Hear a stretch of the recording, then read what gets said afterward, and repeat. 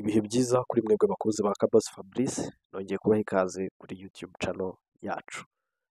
Mu minsi yashize rero nigeze kubakorera video ivuga ku bikoresho natangije YouTube channel yanjye, mbabwira amafaranga nagiye mbigura, ariko uyu munsi tugiye kuganira ku kintu kijyanye no kugurira ibikoresho online.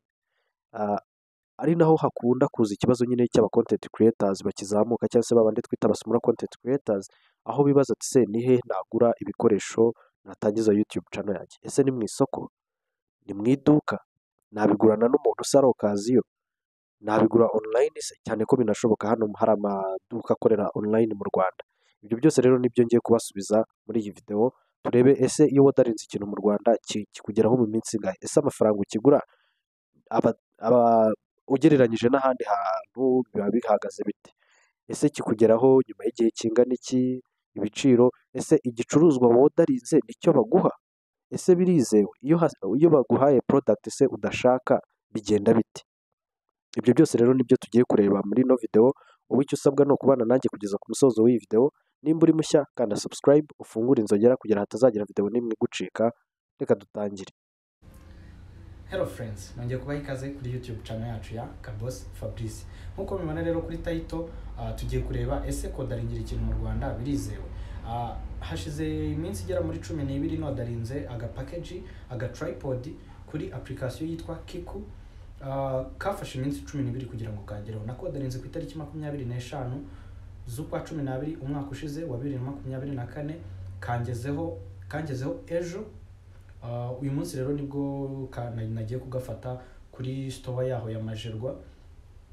Ubu rero tugiye ku unboxinga turebe ese ikintu wadarinze nicyo baguha, bifata igihe kingana iki, ukagura amafaranga angana gute. Ibyo byose tugiye kubirebera hamwe muri no video, kandi unboxinga twese tubireba. Nanjye sindagafungura, navuze ngo ndagafungura twese tureba, ubundi tumenye ngo ese birizewe. Reka dutangire. Okay guys, nkuko nayimaze kubibabwira rero, tugiye kureba nimba kugurira ikintu online mu Rwanda byizewe, nimba se ikintu wodarinze aricyo ubona. Uyu munsi nodarinze package ya selfie stick. Ako ntago ari selfie stick, ni naga tripod ariko gatoya ka bendinga. Ndaza kubashyiriraho ifoto hano ku ruhande muze kureba ako nari nodarinze. Tugiye ku unboxinga nona. Iyi ni honest review, nta kintu ndi bwongeremo na kimwe, nta kintu ndi bugabanyaho. Uko tugiye ku unboxinga niko biri bube bimeze, ubundi turebe koko birizeho. Guys, package yanjye rero ngiyi yangezeho. Nkuko mubibona hano handitseho ngo self pick. Ibi biba bivuze ko nyine uri bujye kuyifatira. Dore itariki yangereyeho ngiyi, nibwo kari kageze Majerwa ku itariki 6, ubwo byarejo. Noneho nkuko mubibona hano hariho receiver ni Kabosi Fabrice, adresse, zine nimero za telefone nashyizeho. Iyi ni ID bayita Express ID, ibiranga nyine itandukanye order yawe. Aba ni from shippers name HW store. Nari nanabandikiye nyine kuri WhatsApp ariko nyine kugira ngo bazagusubiza bari danje. Noneho ngo one piece, ubwo ni tripods. None ikintu cyantangaje man, reba aka tripod nakaguza amafaranga 4,938, ariko ukuntu bashyiraho ko aga tripod kamwe kagura $0.812, urumva nta nubwo idolari rimwe rigeramo, nta nubwo amafaranga 1000 ageramo. Ibyo bintu biratangaje. Navuze nse nyine reka unboxinge turebe. Noneho ibindi ndumva nta kindi tugiye kugira. Reka unboxinge. So boys and girls, it's now the time to unbox this package right here. Reka duherehe. Ako ndaza gushyiraho ifoto hano hejuru kugira ngo namwe muze kureba ako nari nodarinze niyo tugiye kubona. Turagahera hehe tugaca sasa. Kankandagireho.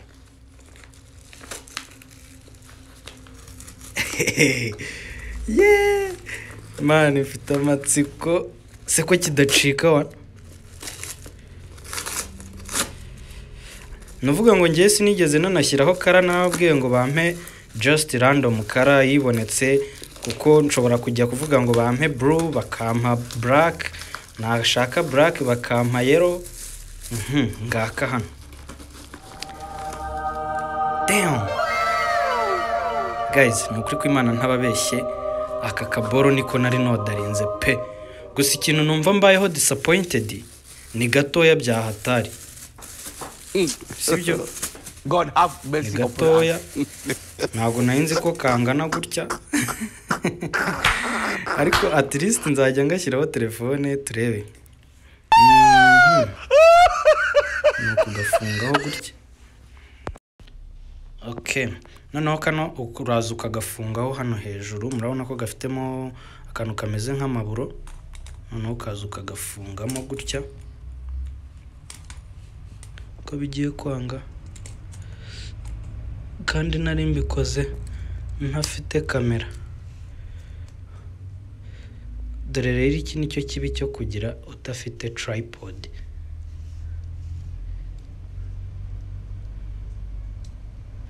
Okay guys, reka mbanze ngafunge, ndaza kukabereka nagafunze kugira ngo ntanakica hakiri kare. Nyuma rero yo kugerageza inshuro nyinshi ngira ngo ndebe ko nagafungaho, nabonye bidakunda, nigira inama yo kuvuga ngo reka ngende njye mu gikoni ngatwike, wenda ninkashyiramo karaza koroha.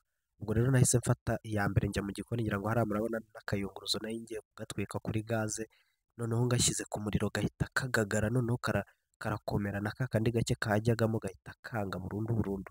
Nuvuga ngo nabyiciye rimwe ntabizi, nzi ngo ndimo ndakemura ikibazo, ahubwo nteza ikindi. Gusa ikintu cyanabaye ni uko hari umushuti wanjye wari ufite akandi ga tripod kameze nka kano, ariko we kari karacitse kano kantu k'akazeru nyine, kano ga pivot kikaragiramo. Noneho rero ndagenda arakampa, nkuraho utuntu twose nkeneye, ndavuga nti ndaza kugenda nyine nkasimbuza. Hanyuma rero ikindi kintu numva navugaho ni uko nabaye disappointed muri publicité kuri Kiku, berekana ko tuno tuguru tubendinga, ariko mu by'ukuri iyo ugerageje kutubendinga uba ushobora guturitsa kano kantu kaba gafashemo, kubera ko kaba ari plastique, kandi utuguru ni ukuri kw'Imana turagagaye nyine tumeze nk'urukwi. Wibeshye ugashyiramo imbaraga waruturitse, kandi hari ababa bakwereka ko ushobora kukazingira nko ku giti, ushobora kukazingira ku kintu, ariko ibyo bintu narabigerageje ntabwo bikunda. So umuntu uzajya kugurira ikintu online ajya agerageza nyine ashyiremo ubushishozi, ugerageze unabaza abandi bantu babikoze cyangwa babiguze, hanyuma ubone gufata iyo risike yo kuba wabaha amafaranga yawe, cyane ko nyine bo ubishyura mbere, product ikakugeraho nyuma. Ariko haba hari n'uburyo bwo kureklama, ariko nyine buragoye, akenshi niwe wishyurira tiketi igasubizayo n'ibindi byose. Murakoze, naho muri video itaha muzambwira ikindi mushaka ko mbakorera. Ndabakunda cyane.